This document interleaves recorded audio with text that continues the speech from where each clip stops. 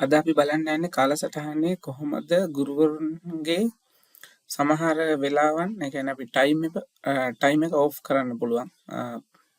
ඒක සබ්ජෙක්ට් එකක් විදිහට කරන්න පුළුවන්. ක්ලාස් වලට ගුරුවරුන්ට අපිට ටයිම් එක ඕෆ් කරන්න බෑ. ඒ කියන්නේ සමහරු කියනවා අපිට ඉන්ටර්වලෙන් පස්සේ පීරියඩ් එපා.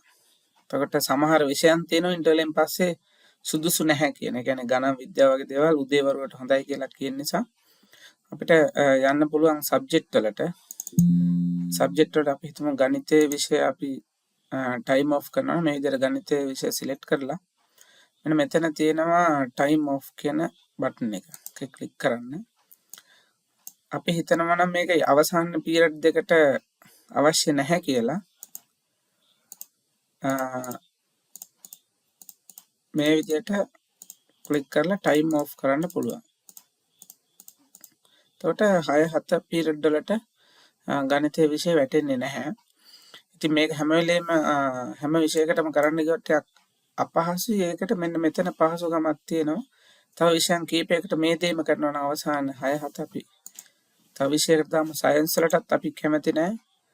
ඒ වගේම තව මොකක් හරි විෂයක් අපි දාගමු. දැන්ට ඉංග්‍රීසි දාගමු. එතකොට ඉංග්‍රීසි ගණිත විද්‍යාව අපි කැමති නැහැ අවසාන පීරියඩ් වලට වැටෙනවා. ඊට පස්සේ අපි ඕකේ කරනවා. බලමු ඊට පස්සේ මේක ජෙනරේට් කරලා ජෙනරේට් කරාගෙන පස්සේ බලා ගන්න පුළුවන් මේ තියෙන්නේ මැත්ස් මේ කහ පාටින් තියෙන මේ අවසාන පීරියඩ් දෙකට ඇවිල්ලා නැහැ. එතකොට මේක හැම විෂයකටම කරන්න ගියොත් අපහසුයි. ඒ නිසා විෂයන් කීපයකට වගේ මේ වැඩේ කරන්න පුළුවන්. ඒත් එක්කම ගුරු භවතුන්ටත් මේ වැඩේම අපිට කරන්න පුළුවන්. අපි ගුරු භවතෙක් තෝරගන්න මේ විදිහට එතන ටයිම් ඔෆ් අපි කියන පස්වෙනි පීරියඩ් එකේ පීරියඩ් වැටෙන්න අවශ්‍ය නැත්නම් මේ විදිහට ටයිම් ඔෆ් කරලා මේ set for more කියන යටතේ කියලා තවත් ගුරු භවතුන් තෝරලා අපිට එකපාරම මේ වැඩේ කරගන්න පුළුවන් පහසුවෙන්. ටයිම් ඔෆ් කිරීම දැන් මෙතන මේ ටයිම් ඔෆ් කරලා තියෙන්නේ.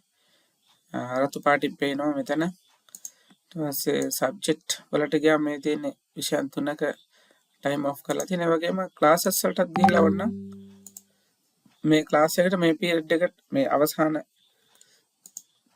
පීරියඩ් එකට කිසිම එකක් වැටෙන්නේ නැත්නම් එහෙම ඔෆ් කරනවා. මේක නම් අපහසුයි ටයිම් ටේබල් එක තුල යන්න. ඒ නිසා මේක අපි කරන්නේ නැහැ. ඊළඟට බලමු අපි සමහරවිට අමාරු මේ ජෙනරේට් කරනකොට අපිට අලුත් ටයිම් ටේබල් එකක් තමයි හැම වෙලේම ජෙනරේට් වෙන්නේ. ඒතකොට සමහර පීරියඩ් අපි අමාරුවෙන් හදාගත්ත මාසාව නැවත වෙනස් වෙන නිසා අපිට මේ පීරියඩ් අපිට ලොක් කරගන්න පුළුවන්. ඉතින් ඒකට දැන් මේ කාඩ් එකක් උඩ රයිට් ක්ලික් කරලා ලොක් කියන බටන් එක දුන්නා. මෙන්න මෙතන පොඩි ඉරි කැලක් වගේ වදිනවා කළු පාටින්. ඒක තවත් වැඩි කරලා අපිට බලා ගන්න පුළුවන්. මේ කලර් වෙනස් කරනම් හරිය මේ විෂයන් වල අපිට කලර් එක වෙනස් කරගන්න පුළුවන්. මේ ටීචර්ස් කියන කොටසට ගිහිල්ලා අදාළ ගුරු භවත තෝරලා මෙන්න මෙතන එඩිට් කියන කොටසට ගියාම අපිට ඕනනම් කලර් එක අපිට පහසු කලර් එකක් තෝරගන්න පුළුවන්.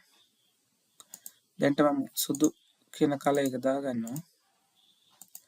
එතකොට මේ වෙනස් වෙන මෙන්න මෙතන පොඩි ඉරි කැලක් වගේ දෙන. එහෙම නැත්නම් එකපාරම මුළු ටයිම් ටේබල් එකම අපිට ලොක් කරන්න පුළුවන්. අපි අතින් වෙනස් වෙන්න පුළුවන් නිසා ටයිම් ටේබල් එක අන්තිමට හදලා ඉවරලා මෙන්න මෙතනින් ලොක් කරනවා. මේ සියලුම කොටස් ටික එකපාර ලොක් කරගන්න පුළුවන්. දැන් අපි දාලා තියෙන. එහෙම නැත්නම් ඒ ටිකම ආයෙ නැවත අන්ලොක් කරන්න පුළුවන් එකපාරම. කීපයක් විතර ලොක් කරනවා නම් අපිට රයිට් ක්ලික් කරලා ලොක් කියන ඔප්ෂන් එක තෝරගන්න පුළුවන්. එතකොට ඒවා වෙනස් වෙන්නේ නැතුව තමයි අනිත් පීරියඩ් ටික වෙනස් වෙන්නේ. ජෙනරේට් කරන හැම වෙලාවෙම අලුතෙන් ටයිම් ටේබල් එක ජෙනරේට් වෙනවා. ඒ කියන්නේ මේක ගොඩක් කලකට ඕනේ දැන් සමහර ගුරුවරුන්ට තියෙන ටයිම් ටේබල් එක හොඳයි පීරියඩ් කීපයක් වෙනස් කරගන්න ඕනේ කියලා කියනවනම් එයාගේ අනිත් පීරියඩ් ටික අපිට ලොක් කරන්න පුළුවන්. දැන්ට හොඳයි කියලා තියෙන ප්ලේස් එකේ පීරියඩ් ටික මේ විදිහට ලොක් කරලා අනිත් ටික විතරක් ජෙනරේට් වෙන්න දෙනවා. ඒ ටික වෙනස් වෙනවා. ඊළඟට අපිට දැන් ඩබල් පීරියඩ් දැම්මකින් පස්සේ සමහරලාට ඉන්ටර්වල් එකෙන් පෙර එක පීරියඩ් එකක් වටනවා ඉන්ටර්වල් එකෙන් පස්සේ තව පීරියඩ් එකක් වටනවා. ඒක වෙනස් කරන්නත් පහසුකමක් තියෙන අපිට. මෙන්න මේ රිලේෂන්ස් වලට ගිහිල්ලා ඉස්සෙල්ලා අපි ඩබල් පීරියඩ් එකක් දාලා එමු බලන්න. දැන්ට අපේ ඩබල් පීරියඩ් නැති නිසා අපි ටීචර්ස්ලාට ගිහිල්ලා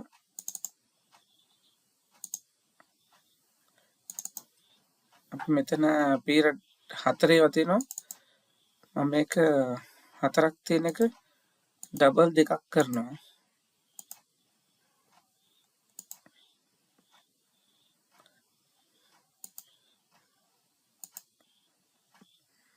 ඊට පස්සේ මෙන්න මෙතන තියෙනවා මේ තියෙන්නේ අපේ ඉන්ටර්වල් එක වැටෙන්නේ 3 වෙනි වෙලාවේ 4 වෙනි එකේ තියෙන ඉන්ටර්වල් එකෙන් පස්සේ. එතකොට මේක අපිට අපහසුයක්. අපි දෙනවා ඒ නිසා මේ ඩබල් පීරියඩ් මේ බ්‍රේක් එකේ අතරමැදට එන්න එපා කියලා. ඒක බ්‍රේක් එක බලා ගන්න පුළුවන් මෙන්න මෙතන ස්කූල් එකට ගියාන් පස්සේ.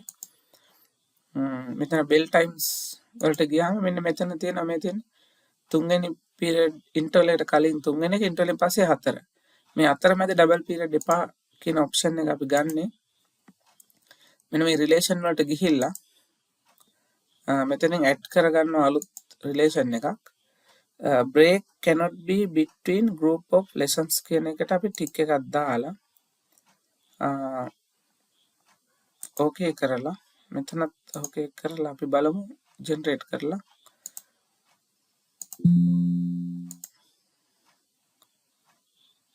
ජෙනරේට් වුණා. මෙන්න එක ඩබල් පීරියඩ් එකක් මේ අන්තිම දෙකට වැටලා තියෙනවා. මෙතන ඇවිල්ලා තියෙනවා. එතකොට මේ තුන්වෙනි එක හරහා එන්නේ නැහැ මේක. ඔන්න තව ඩබල් පීරියඩ් එකක් වෙනස් කරලා බලමු.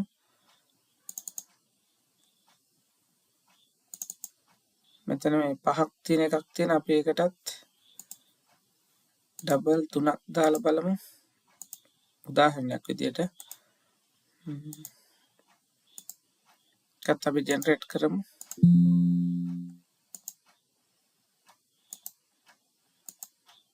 එතකොට පේනවා ඇති මේ ඩබල් පීරියඩ් මේ තියෙන්නේ 2 3 මේකෙත් 2 3 මෙතනත් 2 3ට තමයි ඇවිල්ලා තියෙන්නේ.